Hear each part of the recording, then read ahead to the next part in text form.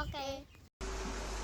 Ini kalau mempersiapkan ngaji kitab Kasyifatus Sajah dikarang oleh Syekh Nawawi. Syekh Nawawi itu ulama top Indonesia yang hidup di Mekah, juga meninggal di Mekah.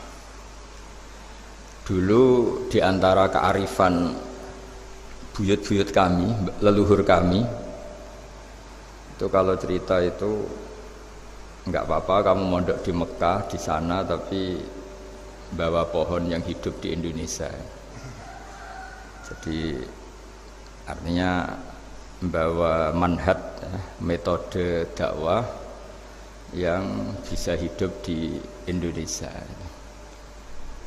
Ini penting kata Mbah Mun, karena wa ma arsalna min rasulin illa bilisani qaumi. Semua rasul diutus itu pasti sesuai kultur kaumnya. Saya punya sedikit cerita tentang kultur. Kultur itu nilai yang disepakati masyarakat, meskipun persepsi itu salah. Saya cerita sedikit tentang keunikan kultur. Nabi Yunus itu nabi. Di mana-mana nabi itu mengajak ke tauhid, ajaran yang benar ini. Dan dulu nabi itu nggak punya polisi, nggak punya densus, jadi nggak bisa nabi nyuruh yang nggak setuju tangkap, itu nggak bisa. Tapi punya Tuhan. Jadi kalau yang tidak percaya dakwahnya itu ancamannya azab. Dulu itu nggak ada polisi, nggak ada pengadilan, sehingga kalau ada kesalahan itu ancamannya itu akan turun apa? Azab, siksa itu. Sekarang kan kalau kita jadi pemimpin kan agak enak itu, punya keamanan, punya macam-macam lah. Singkat cerita, sudah dakwah sekian tahun itu umatnya nggak percaya kalau beliau seorang nabi, bahwa ajaran tauhid itu benar. Akhirnya cerita ini terkenal sekali, mungkin beberapa terputus ya, tapi terputus cerita ini saya ceritakan secara lengkap.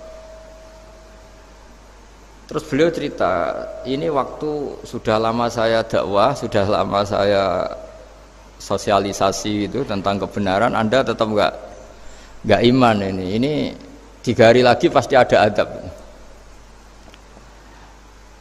3 hari ada adab itu delalah masyarakatnya tuh kepikiran, jangan-jangan iya itu. Nah ketika jangan-jangan iya itu diintip, rumahnya Nabi Yunus itu diintip, ya agak aneh itu. Diintip delalah orangnya nggak ada itu. Kalau Quran bahasakan abaqo itu minggat itu pergi nggak pamit ya. Itu bahasanya abaqo itu minggat, meskipun kita tidak mungkin membahasakan Nabi itu minggat, tapi dibahasakan tindakan kan tidak mungkin karena nggak pamit itu. Jadi harus dibahasakan minggat itu. Quran sendiri bahasakan abaqo. Nah cara berpikir masyarakat gini, kalau kampung ini mau dibalik sama Allah, mau ada adab, logikanya yang tahu akan ada adab itu pasti sudah pergi. Padahal Nabi Yunus pergi ini bukan karena takut adab, mangkel. Nyai suwi gagal seminggat ya kan gitu. Jadi ada kiai minggat itu ya ada dalilnya, karena dulu itu kalau mangkel itu suami mangkel istri itu ya harus minggat, istri harus minggat. Dulu itu ya boleh, maksudnya boleh itu ya kalau darurat ya minggat sedikit lah, tidak apa-apa. Nah, Nabi Yunus itu minggat tadi abaqo itu kalau dalam bahasa Arab pergi gak pamit ya. Kalau orang Jawa bilang minggat. Kalau itu sebenarnya saking mangkelnya, saking emosinya, beliau akhirnya meninggalkan kaumnya tanpa pamit. Tapi kaumnya itu menjadi tahu bahwa ini serius Yunus, buktinya dia agak berani di kampung, berarti mau ada adab betul itu. Dan efek positif dari teori itu, teori kultur tadi, kalau ada adab pasti dia pertama yang lari. Kayak dukun itu, kenapa kita tidak percaya dukun nomor itu? Itu kan paling yang minta nomor dulu ada SDSB itu, forecast itu kan paling salam template-nya kan 100.000, padahal dulu forecast itu berapa kalau menang? Kan miliaran ya, juta. Itu untuk kultur kita agak percaya dukun kan, ngapain ngumpulin uang 100.000, kalau dia tahu nomornya kan mendingan tombok sendiri gitu. Itu kan jadi orang itu mesti punya teori umum untuk membenarkan sesuatu atau membohongkan itu. Akhirnya umatnya Nabi Yunus itu iman. Iman itu artinya percaya kalau ini tidak main-main. Buktinya Nabi Yunus gak berani di situ. Akhirnya mereka tobat. Saat itu juga mereka wiridan di lapangan, terus semua kesalahannya diselesaikan. Sampai ada rumah yang sudah dibangun permanen karena di tanah tetangga, dirobohkan saat itu juga. Bahkan ada batu yang dulu nyuri, satu dua batu yang dulu hasil nyuri, saat itu juga dirobohkan, dikembalikan sama yang punya. Hari itu semua kedoliman diselesaikan. Ini penting saya utarakan, jadi tobat itu tidak hanya istighfar. Kalau istighfar ribet, tobatnya orang punya utang terus istighfar gitu kan ribet. Kan ribet itu. Ada punya utang terus minta maaf itu kan ribet itu kan, harus diselesaikan itu. Tobat diterima sama Allah.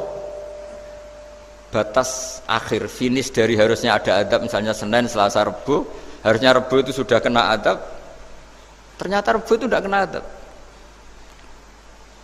Nabi Yunus sebetulnya juga penasaran kampungnya itu kena adab tidak, dilihat dari jauh ternyata tidak, tambah kecewa dia gitu. Wah ini saya kalau pulang pasti dibunuh karena saya dianggap pembohong. Di masyarakat situ ada aturan siapa yang bohong dibunuh. Padahal Nabi Yunus ngumumkan nanti Rebu ada azab. Kira-kira gitu lah. Ternyata Rebu itu tidak ada azab, makanya dia sudah di batas kampung kembali minggat lagi karena nanti pulang pasti dibunuh karena dia dianggap bohong. Ya akhirnya masyhur itu, terus dia ikut nelayan sekenanya, yang penting lari dari kampung. Ikut nelayan sekenanya. Zaman itu, ini saya ulang lagi zaman itu. Nanti ini efeknya nanti ke tauhid. Zaman itu para nelayan tuh kayak sepakat. Kalau ada kapal atau perahu kok mau tenggelam, itu pasti ada yang minggat. Artinya minggat itu pergi tidak terhormat itu. Terus fasahama fakana minal mudkhadin. Nah, dulu itu orang sudah punya peradaban. Ini cerita kultur, sudah punya peradaban. Punya peradaban. Ya sekarang gini, kalau nyemplungkan salah satu kan tidak adil diundi. Ternyata yang keluar dia Nabi Yunus. Terus mereka tahu ini orang nggak pantas dikorbankan. Karena Nabi di mana-mana itu ganteng. Memang Allah itu punya sunat unik. Nabi itu harus paling ganteng di kampungnya. Nasabnya juga harus paling baik. Kabar-kabarnya juga istrinya harus paling cantik. Itu memang aturannya gitu. Nggak tahu saya. Dulu saya juga janggal. Kenapa Nabi aturannya harus gitu? Tak angen-angen di pemimpin elek isin itu. Maksudnya misalnya pemimpin dia pesek keriting itu kan piye gitu rasanya itu. Jadi Nabi itu pasti itu paling ganteng di kampungnya. Terus dari nasab ya terbaik. Terus rata-rata istrinya itu ya selain solihah itu ya paling cantik.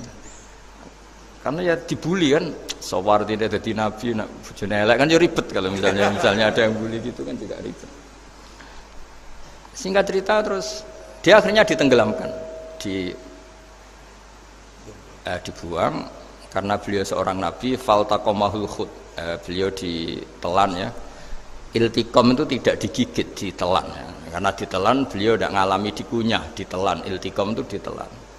Karena beliau seorang nabi, di dalam batnil khut itu di perut itu dia wiridan, dan barokahnya wiridan itu perut ikan ini menjadi masjid. Dia nyaman di situ, nyaman karena terus ngalami karomah lah. Andikan wali itu ngalamin karomah. Nah kesimpulan dari cerita ini itu apa? Masyarakat itu akan selalu dengan kulturnya sendiri. Para nabi juga punya kultur sendiri. Dan Allah yang ngelola itu semua. Saya ulang lagi, Allah yang ngelola itu semua. Makanya terus dua kultur ini kalau Allah menghendaki itu gampang sekali. Akhirnya yang terjadi apa? Nabi Yunus jadi kasih sanksi Allah karena pergi tidak pamit. Masyarakatnya justru enggak karena tobat. Dan tobatnya masyarakatnya ini karena kekeliruan Nabi Yunus. Keliru dengan makna bukan dosa. Andaikan Nabi Yunus saat itu kok di rumah ingin menyaksikan adab, itu masyarakat mesti gak percaya kan ada adab. Mau ada adab kok dia di rumah gitu. Jadi unik, Allah cara ngelola masyarakat itu unik. Nah, dari keunikan cara Allah ini kemudian lahirlah ilmu yang bernama ilmu tauhid, ilmu tawakal, ilmu pasrah nang pangeran itu. Karena kemarin pas Pak Yusuf sama Bu Sulis sowan saya itu tak beri cerita agama itu milik Allah. Sehingga teori yang dikatakan manusia itu ya teori saja, tetap semua itu di tangan Allah. Ya saya saat itu cerita, misalnya saya ditanya, ini besi, materi besi dengan kaca itu kuat mana? Mesti kita menjawab kuat besi. Tapi saya yang mengendalikan besi dan kaca. Ternyata saya punya merencanakan menghancurkan besi, menetapkan kaca ini tak simpan, akhirnya puluhan tahun. Yang ini saya rencanakan saya hancurkan itu. Andai kan si yang menjawab tadi tahu rencana saya, mesti kuat bilang kuat kaca. Gitu. Makanya contoh paling gampang tadi, dinosaurus itu hewan paling kuat malah musnah itu. Pitik yang nggak kuat sampai sekarang itu. Karena Allah bikin dinosaurus itu punya rencana dihancurkan itu. Sementara ayam enggak, gue rame-rame dunia gitu. Sehingga ya sudah. Nah, agama itu seperti itu. Agama itu sesuai rencana Tuhan. Sehingga ini cerita Nabi. Sehingga Nabi itu kadang nggak tahu bedanya antara sesuatu yang punya data, punya perangkat-perangkat untuk menuju A misalnya, itu nggak tahu bedanya. Jadi kalau Nabi ditanya misalnya gini, onta itu lahir dari betinanya, dari indukannya bisa, ya bisa. Lahir dari batu, jawabnya ya bisa. Kalau dia seorang Nabi pasti jawab bisa. Kalau Nabi loh ya, bukan direktur mandiri, Nabi, itu mesti jawabnya bisa. Jadi kalau Nabi ditanya, mata air itu keluar dari bumi kedalaman 7 meter, bisa. Keluar dari sini, dari meja, jawabannya ya bisa. Karena Nabi itu saking dekatnya Allah, tahu betul bahwa perangkat di dunia ini tidak bisa mendikte Allah. Semua itu kehendak Allah. Logika yang terbangun Nabi itu sebenarnya gampang ya. Kalau kita teliti itu, maksudnya gampang itu sesuatu yang benar itu pasti bisa dijelaskan secara gampang. Nah ini ngaji tauhid biar tidak terlalu berteori itu. Karena kalau saya cerita uang pinter jenengan. Dan saya tidak ingin pinter tentang uang. Tak beri contoh. Tidak ini supaya nanti kalau sampean suatu saat meninggal ketemu mungkar nakir itu tahu cara menghadapi. Nanti tak warai tekniknya. Tak warai tekniknya. Bocorannya tadi. Makanya ada cerita agama ini baik sekali. Orang bocorkan ujian nasional itu kriminal, bisa ditangkap Pak Rosidi itu. Tapi agama ini pertanyaan mungkar nakir dibocorkan semua kiai, itu nggak ditangkap sama mungkar nakir. Harusnya kan rugi karena ini pertanyaan, tapi semua kiai kan sudah membocorkan. Nanti pertanyaannya di kuburan itu man rabbuka, Tuhanmu siapa, agamamu apa. Itu kan sudah dibocorkan, tapi itu nggak dianggap kriminal. Sementara kita sekolah SD, sekolah SMP bocorkan soal itu dianggap kriminal. Padahal kalau harusnya boleh. Maksudnya kalau menuruti teori itu harusnya boleh kan.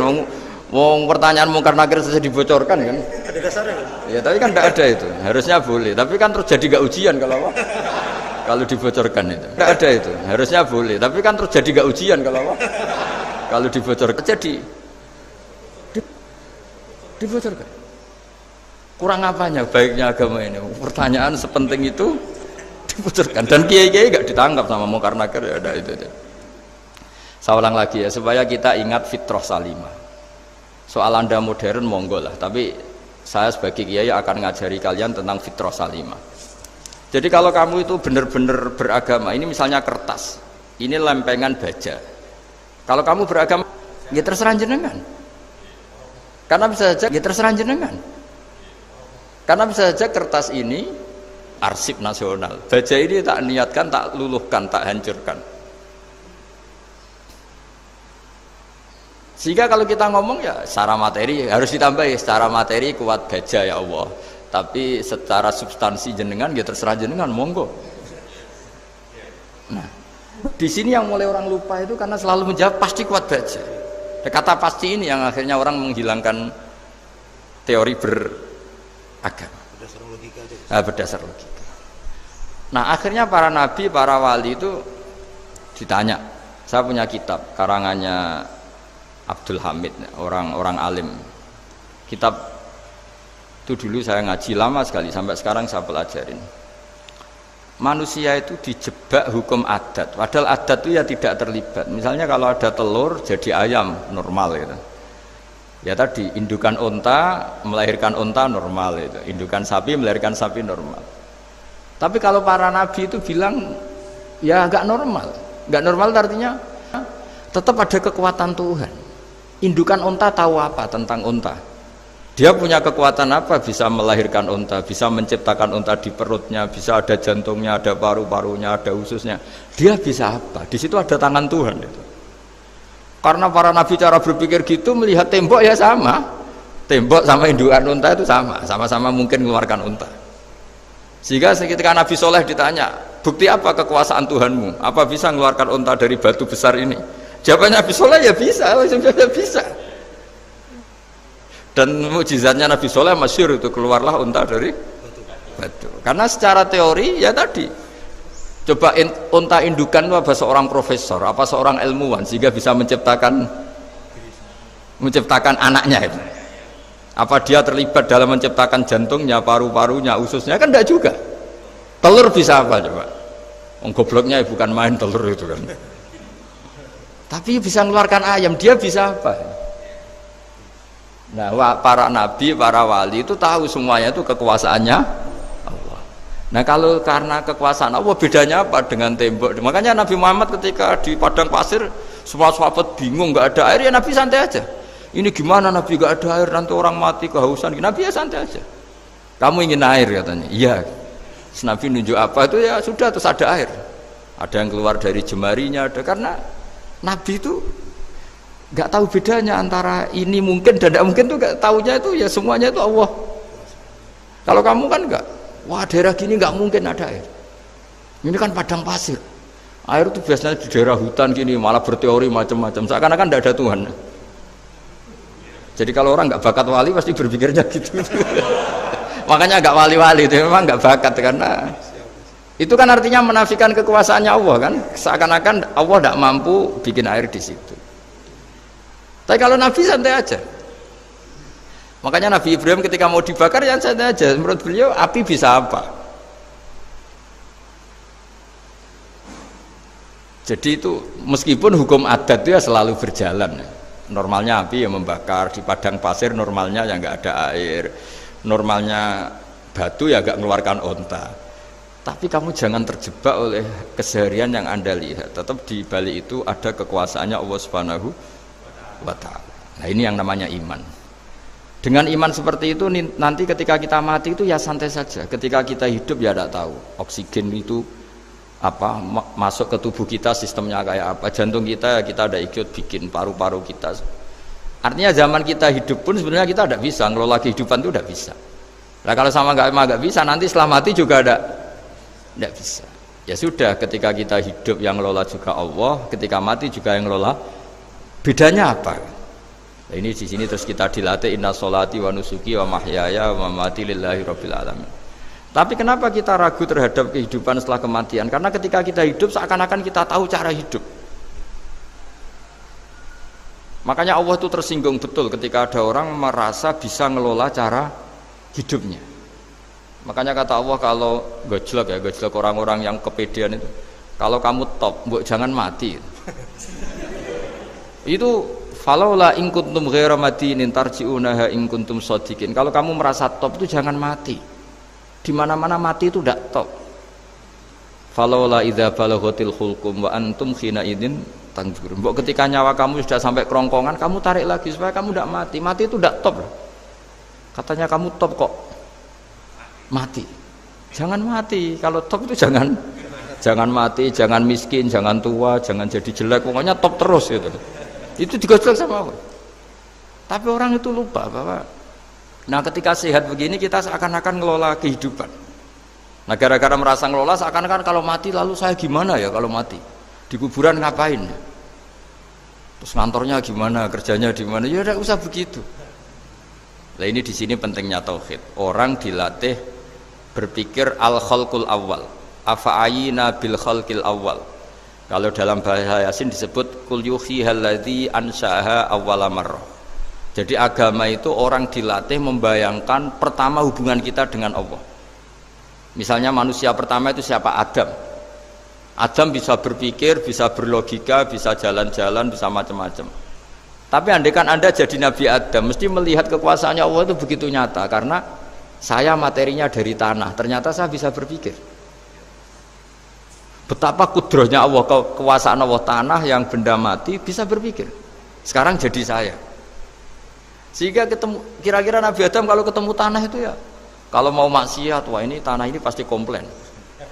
Nah di sini pentingnya beragama. Sehingga ketika Rasulullah ngendikan, jika kamu memperbanyak sholat, maka tanah-tanah ini bersaksi terhadap sholat kamu. Jika kamu maksiat, juga tanah-tanah ini menjadi saksi pemberat.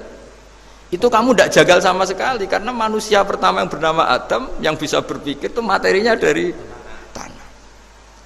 Jika kita tidak janggal ketika tanah disetatuskan bisa bersaksi.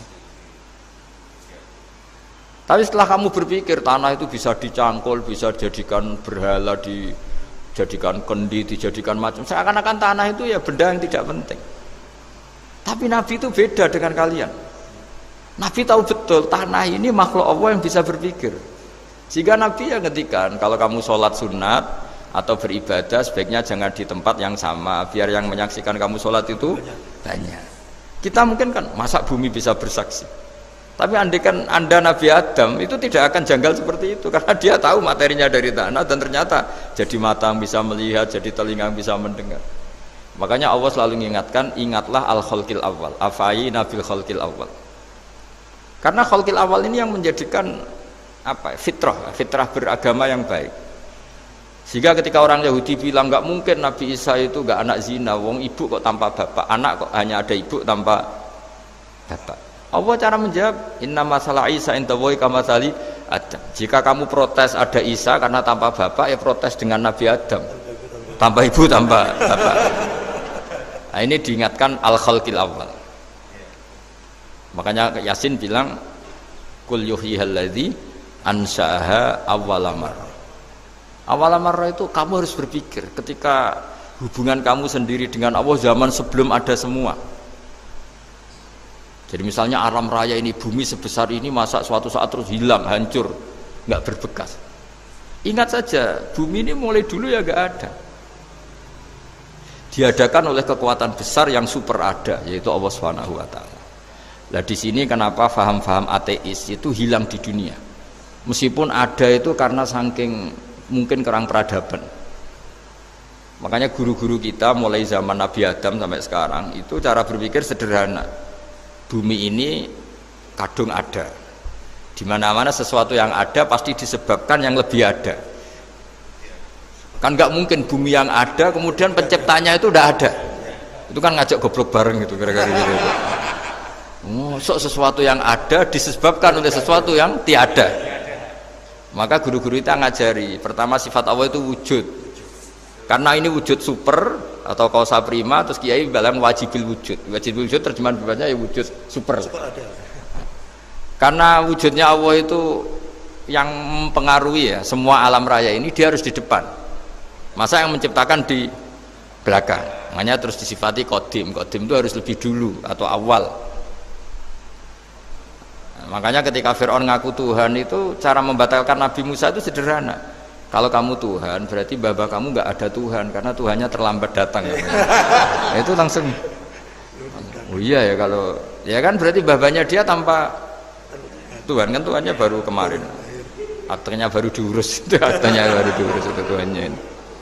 Makanya Fir'aun itu akhirnya Nabi Musa punya pengaruh besar di kalangan punggawa Fir'aun. Karena ketika debat terbuka itu punggawanya dengar, akhirnya mereka iman sama Nabi Musa. Ini disebut wa qala rajulun mu'minun min ali fir'auna yaktumu imana. Banyak yang diam-diam ini iman karena logika Fir'aun jadi Tuhan itu nggak masuk akal. Yang benar adalah Tuhannya Nabi Musa. Nah orang-orang ini itu ya dibilang nggak loyal ya, pokoknya dia iman. Dan dia juga yang ikut rapat, besok Musa tangkap. Karena mereka sudah iman sama Musa, terus sebelum eksekusi itu datang, ini datang ke Musa. Tadi malam saya ikut rapat, keputusannya Anda ditangkap mau dibunuh, jangan lari saja dulu kan. Jadi kan nggak bisa disebut pengkhianatan, kan ini orang baik. Jadi malamnya ikut rapat, besok Musa tangkap bunuh.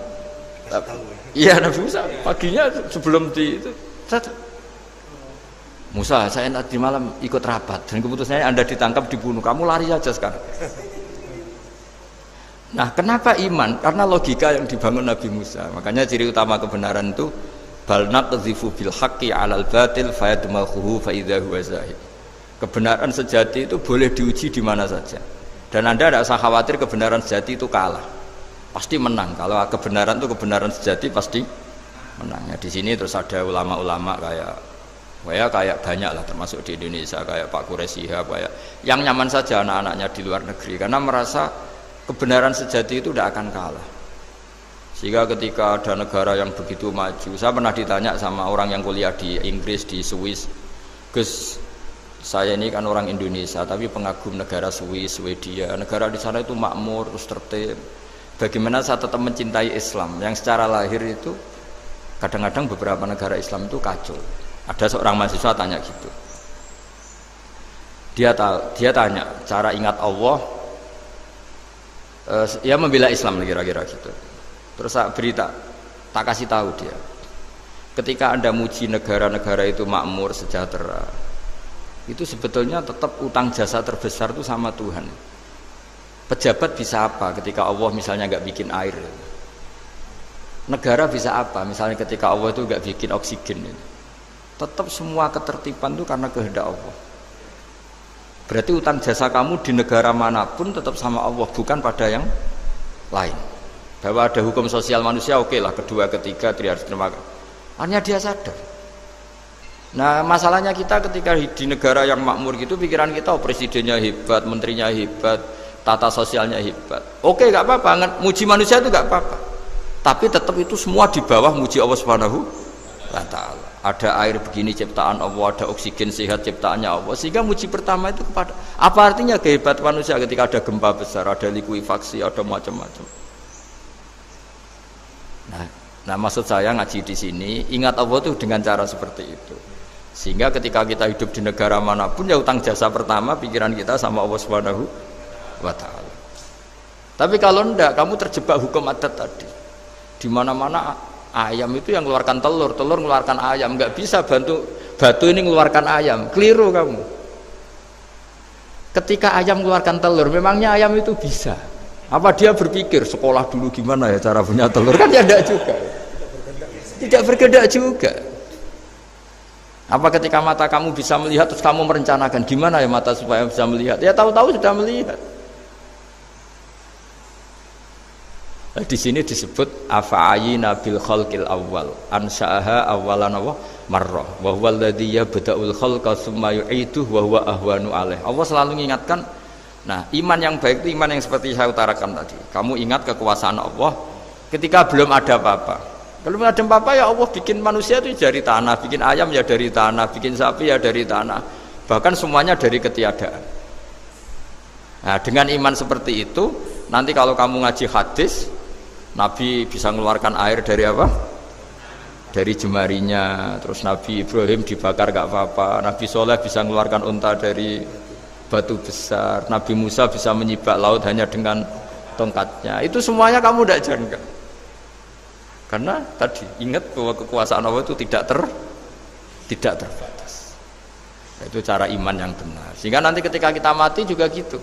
Ketika kita hidup ya tidak bisa ngatur jantung kita, paru-paru kita, pasti sama lah. Setelah kita mati juga gak bisa ngatur, yang hanya ngatur Allah Subhanahu wa Ta'ala. Hidup kita dalam kendali Allah, mati kita dalam kendali Allah. Ya sudah, terus kita mati ya nyaman saja. Saking nyamannya itu orang-orang soleh kalau mati itu jarang berdoa. Bukan karena apa-apa, kalau berdoa itu resikonya kan gini, mustajab ndak ya, dikabulkan ndak itu. Itu menjadikan setan punya peluang masuk, diganggu.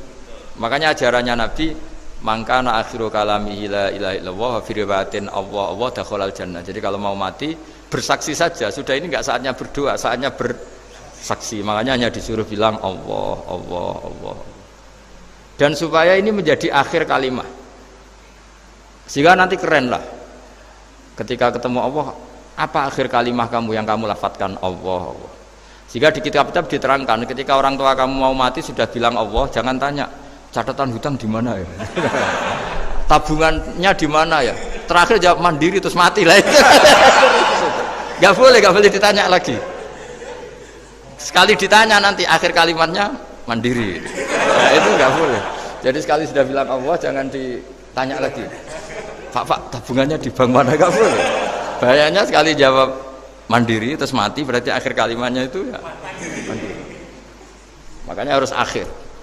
Jangan nanti statusnya itu mangkana akhiru kalami, memang akhir dari yang dikatakan itu kata Allah. Nah sebetulnya teks hadis itu la ilaha illallah. Ini pinternya Kiai Jawa. Lagi-lagi kembali ke kultur. Kiai Jawa itu kiai yang bisa modifikasi kultur. Sebetulnya kalimat hadis itu yang masyhur, itu yang populer itu la ilaha illallah. Tapi Kiai Jawa itu, dan itu ngikuti kitab-kitab Arab juga, kitab-kitab. La ilaha illallah itu resikonya tinggi karena di situ kan tiada Tuhan yang berhak disembah kecuali Allah. Ada kata la ilaha ini. Nah takutnya pas la ilaha sudah mati. Nah karena itu ada resiko la ilaha gak khatam, berarti tiada Tuhan. Nah, sehingga karena ini dianggap riskan, ya terus Kiai Jawa ngajari sudah lah, gak usah kepanjangan ya sudah Allah. Jadi itu sudah agak-agak rekayasa lah, agak-agak istihad gitu. Maksudnya istihad itu sebenarnya teks panduannya itu la ilaha illallah. Teks panduannya. Tapi kiai-kiai itu tentu yang paling tahu tentang kehendak Nabi karena nekuni ilmu itu lama sekali. Kita ngikuti cara-cara ditentukan para kiai. Karena tadi la ilaha illallah itu kan ada kalimat yang tadi ya, tiada Tuhan kan. Nah, kata tiada Tuhan ini yang dianggap riskan kalau nggak khatam. Daripada potensi itu terus kiai-kiai ya agak-agak improvisasi lah, itu memang ya sudahlah Allah. Nah supaya itu menjadi akhir kalimah, ya saya ulang lagi menjadi apa? Akhir kalimah. Setelah itu kata kitab-kitab jangan tanya hal lain. Ya sekali ditanya nanti dia akan ngelafatkan hal lain itu. Ya tadi misalnya tabungannya di mana? Gitu. Bisa jawab di sini. Nah, yang ribet kalau wong kuno itu neng laci, neng sorogan. Berarti kalimat terakhirnya ya laci sorogan itu. Nah, sehingga terus itu pinternya guru-guru kita. Jadi saya ulang lagi ini yang terakhir saya pesen, latihlah iman seperti imannya para ulama, para aulia, syukur-syukur yang dekati imannya para nabi. Itu cara berpikir itu al-khalqul awal. Afa'ayina bil khalqil awal. Qul yuhyihal ladzi ansaha. Nah, yang terakhir saya pernah ditanya, ya agak gojekan, agak guyon, tapi saya ditanya. Saya itu enggak bisa melihat, Gus. Aneh orang Afrika itu kan, misalnya ada Miss Afrika itu di sana itu orang paling cantik, malah kadang itu ada kriminal gitu karena orang Afrika merkosa Miss Afrika itu kata orang Indonesia dikekno aku ora doyan gitu. Itu kan itu lah ini kan secara syariat mungkin lelaki itu punya rasa dengan perempuan itu ya kalau berpakaian serono atau gimana secara teori. Tapi sebetulnya oke itu benar. Tapi sebetulnya ada ansaaha awala bar. Orang Indonesia itu didesain gak suka orang Afrika. Orang Afrika ya didesain gak suka orang Indonesia. Sehingga orang-orang Afrika kalau melihat orang Indonesia yang paling cantik mungkin ya iskal. Wong cempeh kayak gampang gitu kok cantik. Gitu. Mungkin perasaannya cowok-cowok Afrika ya gitu. Itu cantiknya di mana? Orang Indonesia kebalik kan? Kalau cowok-cowok Indonesia ngelihat Miss Afrika itu cantiknya itu nangdi gitu. Kok sampai ada pemerkosaan tuh apa itu? Nah itu menunjukkan Allah yang Maha Kuasa. Allah itu mendesain gennya orang sana. Beda dengan kita. Ya itu bukti bahwa Allah itu nggak bisa. Ya sudah semuanya itu Allah yang mendesain. Itu bukti bahwa manusia itu bisa apa di depan kita. Orang kayak Afrika kok disuruh bilang cantik, kita kan protes. Cantiknya di mana? Mungkin orang sana juga protes ke kita. Orang Jawa cempeh itu kok cantiknya deh. Itu orang-orang Indonesia kalau melihat bule cantik itu kan ketemu kan janggal. Orang-orang Jogja, bule wayune nang ndi gitu. Kulite gitu kan sama mereka juga bilang kita mungkin seperti itu. Itu namanya didesain ansaaha awal apa? Marrah. Sudah memang desainnya seperti itu. Nah di sini supaya kita ingat, nah ingat bahwa hati juga gitu. Ketika kita cinta istri itu janggal betul kalau terjadi konflik. Tapi kalau sedang konflik itu janggal betul terjadi perdamaian. Lagi mau ngangkel itu ya problem betul. Nah ini di sini pentingnya iman. Orang terus disuruh berdoa ya muqallibal qulub tsabit qalbi ala dini, karena kita tidak tahu cara berpikir. Ada perempuan cantik sering merengut, pecintanya ya banyak, dianggap pemikir serius. Tapi kalau baru gedeng namanya ya merengut, bukan pemikir. Orang senyum itu kita seneng gitu. Tapi kalau baru gak seneng, murahan guyu. Itu jadi manusia itu unik. Hanya sama, tapi cara nganalisis beda. Tinggal sedang seneng apa enggak. Lucu kan? Ada orang anteng di rumah, itu kalau lagi seneng ya, oh itu anteng nggak banyak ngeluyur. Tapi baru gak seneng, seneng ngomah ya nganggur. Nah, itu kita tidak pernah tahu. Kita simpulkan apa itu tidak pernah tahu. Makanya wisata, pernah ada orang wisata datang ke sini tak nasihatin. Orang wisata itu kan seneng di kampung-kampung yang terbelakang gitu, melihat orang manusia pohon, melihat apa. Terus saya bilang, itu kan kasihan kan, masa manusia jadi objek. Bahkan bayangannya ya kalau mereka jadi modern jadi gak menarik kan. Padahal kita yang orang pendidikan kan inginnya mereka terentas lah dari kultur itu. Ya itu kan gak sambung kan. Yang satu bilang unik, masyarakatnya masih unik, masih naik-naik pohon.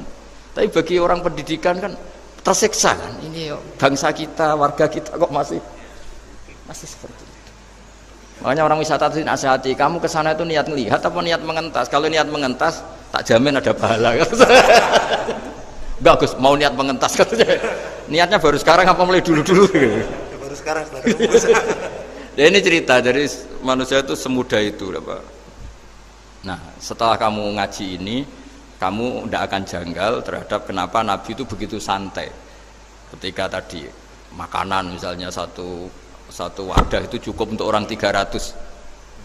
Sampai Jabir yang ngundang Nabi kan hanya kambing kecil, cukup orang 6. Ternyata Nabi ngajak orang 300 lebih. Tapi Nabi bilang ya sudah semuanya makan cukup. Kata-kata Nabi kan, zaman dulu belum ada beras, belum ada Allah itu bisa kok mengenyangkan malaikat tanpa makan gitu. Susahnya apa ngenyangkan manusianya dengan nasi sedikit itu ya Nabi ya santai aja, semuanya kenyang santai.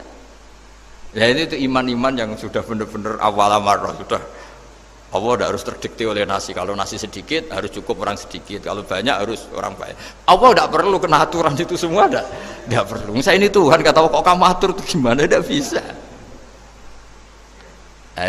Ya Pak Bawa karena hanya ngaji ini insya Allah Anda setelah baca mukjizat keramat itu tidak istilah. Ya saya kira demikian. Assalamualaikum warahmatullahi wabarakatuh. Waalaikumsalam warahmatullahi wabarakatuh. Terima kasih sekali Gus Baha atas tausiahnya. Terinfo dari panitia ada ratusan pertanyaan Gus. Tapi ya sudah ditulis panitia 2 pertanyaan ya Gus. Wah banyak betul. 2 Gus.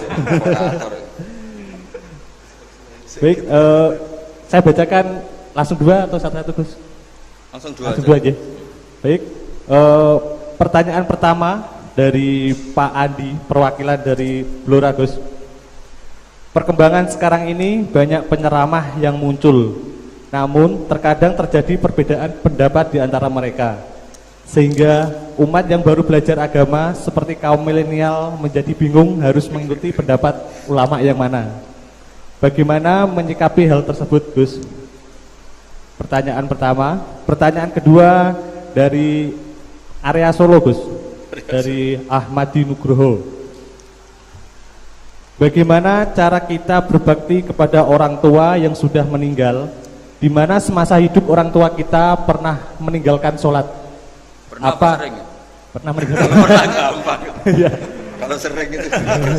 Pertanyaannya, apa yang harus dan sebaiknya kita lakukan sebagai anak Gus? Enggak Gus. Yang ngaji di sini itu banyak ya, mulai yang nekuni bisnis apa saja lah, termasuk yang di Grab ya, termasuk Pak Polisi kadang yang ngaji terus ya nggak apa-apa. Dan semua saya itu termasuk kiai yang nggak pati suka ada pertanyaan, bukan karena apa-apa ya, makanya tak batasi 2. Karena pertanyaan itu biasanya itu dipikir dari rumah, terus tema yang pokok itu gak pati di rumah, no, sementing kok iso takok. Iya, sehingga itu, iya. Nah, ini nama-nama yang janda tanya, caranya dapat jodoh kan ribet nanti itu. Makanya ya, tapi ya seneng saya, ada pertanyaan ya seneng. Cuma kenapa saya tidak membuka terbuka karena tema kita kan kiai ya, kiai itu kayak dokter, tahu misalnya saya tadi tema itu supaya orang itu tauhidnya kokoh dengan karena zaman akhir itu yang paling mengkhawatirkan itu apa? Tauhid gitu. Tapi kalau tanya ini diberi hak, itu orang kan sudah punya pikiran sendiri mau ditanyakan, padahal itu subjektivitas dia. Sehingga tanya ya sudah sekadar. Tapi ya nggak apa-apa, tetap saya senang. Cuma nggak boleh banyak-banyak. Dua itu sudah kebanyakan. Yang kedua tak jawab serius. Ketika kita punya orang tua yang punya hutang, itu yang dibahas Nabi itu hutang dulu. Itu karena hak adami. Hak adami itu tuntutan. Jadi kalau dalam kitab fikih itu ada istilah haqqullah mabniun alal musamahah wa haqqul adami mabniun alal musyahah. Jadi kalau hak Allah itu Allah lebih rileks. Karena Allah itu tidak butuh disembah, tidak butuh dipuja-puja. Allah sudah terlalu besar. Al-Qayyum sudah besar sendiri. Sehingga Allah itu mudah ngabaikan haknya itu mudah. Tapi kalau hak adami bawaan manusia itu kalau hartanya dibawa orang itu ingat terus. Sehingga harus diselesaikan. Maka Nabi kalau mau mensolatkan jenazah tanya punya utang enggak. Tapi kalau orang itu misalnya apa ya, enggak sholat atau apa itu Nabi masih ringan. Yang ditanyakan imannya. Bukan berarti kita nyepelekan sholat enggak, tapi memang agama ini yang diprioritaskan itu hak adami. Sholat itu super penting, bukan penting lagi super penting. Makanya pertanyaan tadi tak teruskan dulu. Anak cucunya itu prioritas itu mikir utang dulu. Karena ini yang hak adami gitu. Ya. Nah, setelah utang itu selesai, baru dipikirkan menurut sebagian ulama, anak ini boleh mengkodoi sholat yang ditinggalkan orang tuanya. Atau dikafaroi, misalnya per sholat nilainya sekian terus dibayarkan ke fakir miskin. Nah, tapi pertanyaan seperti ini sepertinya mengganggu itu begini, takutnya jadi masif. Jadi masif itu gini, berhubung ada solusinya. Ini yang tanya orang mana tadi itu? Solo, ini orang Solo ini harus dikasih tahu ini. Berhubung ada solusinya, jangan-jangan kita yang kaya. Misalnya Pak Yusuf atau Bu Sulis kaya. Nak punya tabungan, nak saya tidak usah sholat ya, nanti gampang. Karena persolatan kan nilainya hanya sekian gitu. Umur saya kan paling tinggal berapa, itu cukup lah apa? Iya cukup untuk mengganti, itu kan ribet. Makanya solusi itu ya kadang tidak baik, karena nanti dipakai saya naik dewi. Makanya dulu itu terkenal ada guyonan, seorang kiai ditanya, ini guyonan nyata. Pak Kiai, katanya Kiai itu orang suci, tapi kadang-kadang kok maksiat juga. Si Kiai ini jawabnya ngawur sekali. Justru yang boleh maksiat tuh Kiai, kamu nggak boleh. Terus, kenapa Pak Kiai? Dia tahu caranya tobat, kamu nggak tahu. Kacau kan? Jadi yang melanggar hukum itu kan yang pakar hukum.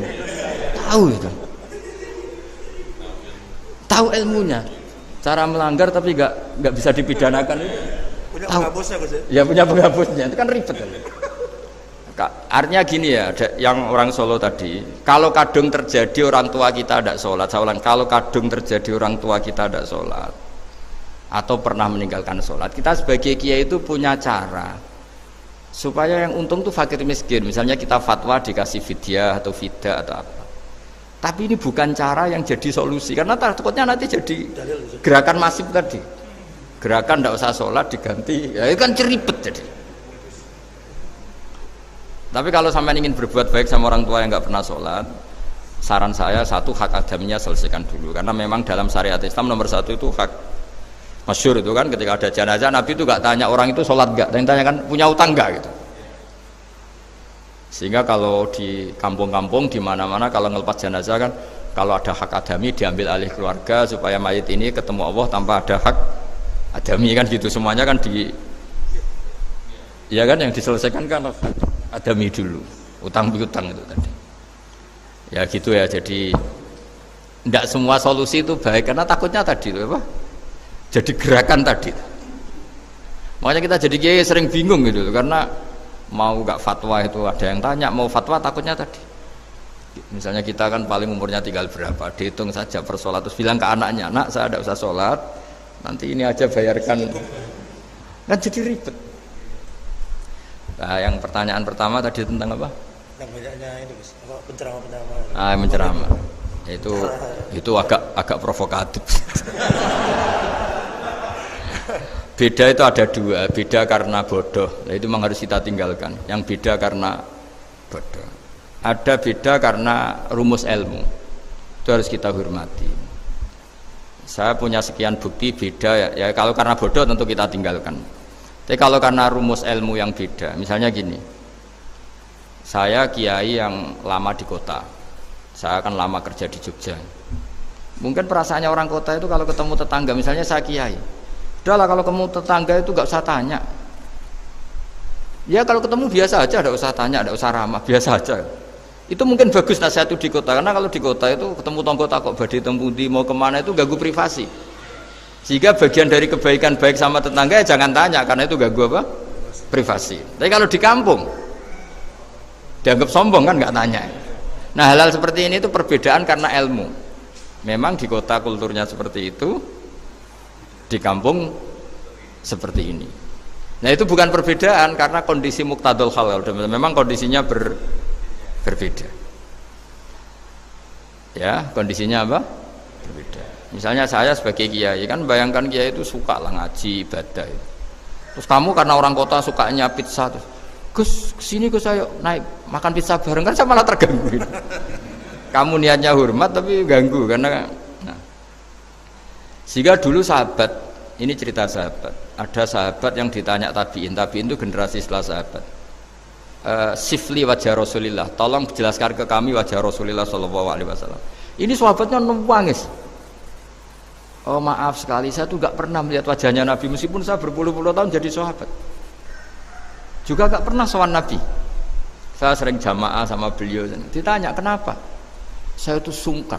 Beliau terlalu wibawa. Jadi bentuk penghormatan sahabat ini ke Nabi justru gak berani melihat wajahnya. Dan bukti penghormatan pada Nabi dia gak pernah sowan. Nabi itu punya anak, punya istri, punya cucu. Kalau sowan tuh ganggu. Jika dia cara berpikir ya itu bentuk hormatnya. Ya itu ya sah saja dia cara berpikir ditakdir begitu. Tapi ada beberapa sahabat yang justru saking cintanya sering melihat wajah Nabi, sering sowan Nabi. Itu haknya dia cara berpikir begitu. Nah kira-kira seperti itu. Jadi perbedaan itu ada dua. Ada yang karena bodoh, itu tidak kita ikuti. Tapi ada perbedaan karena pengetahuan. Ya kalau karena pengetahuan harus kita ikuti karena memang itu ya itu kan urusan sudut pandang. Dulu ketika Mekah dikuasai Sayyidina Umar, setelah Fathu Mekah dan Umar sudah kuat betul, itu banyak sahabat yang dulunya orang Mekah itu sama Umar disuratin, cobalah kembali ke Mekah. Di Mekah itu kamu sholat di Masjid Haram sebagaimana 1000 sholat. Sekarang Mekah aman milik kamu, silahkan kembali ke Mekah. Tapi jawabnya sahabat itu nggak mau. Paling di Mekah hanya dapat pahala 1000 sholat. Tapi kalau mengislamkan orang di daerah-daerah pedalaman itu dakbul ambiya. Ciri khas Nabi itu yang membenarkan orang itu, bukan di satu tempat. Terus sampai nambahi surat ini, wa alam anal ardo lam tuqaddis ahad, dan bumi itu tidak bisa loh mensucikan orang. Abu Lahab itu orang Mekah, Abu Jahal orang Mekah, tapi tetap begitu. Akhirnya jenis ini berpikir, ya sudah lah, gak di Mekah gak apa-apa. Andai kan Mekah itu bisa mensucikan orang, gak ada Abu Jahal, gak ada Abu Lahab. Akhirnya para sahabat gak kembali ke Mekah, tapi berkelana ke Syria, ke Sam. Akhirnya ada Islam di mana-mana. Tapi ada juga yang Mekah itu kota suci, harus diisi orang-orang suci supaya yang brengsek-brengsek gak di sana. Ya sudah, cara berpikir begitu. Nah ini cerita ya. Jadi sudah, kalau perbedaan karena ilmu, ya sudah memang karena ilmu. Nah itu nggak apa-apa. Nah kalau sampean tanya, lalu bedanya apa Gus? Yang beda karena ilmu karena, ya lihat saja kalau dia orang pinter bacaannya banyak, berarti bedanya karena ilmu. Tapi kalau nggak pinter kok berbeda, ya berarti karena nggak tahu. Ya kira-kira seperti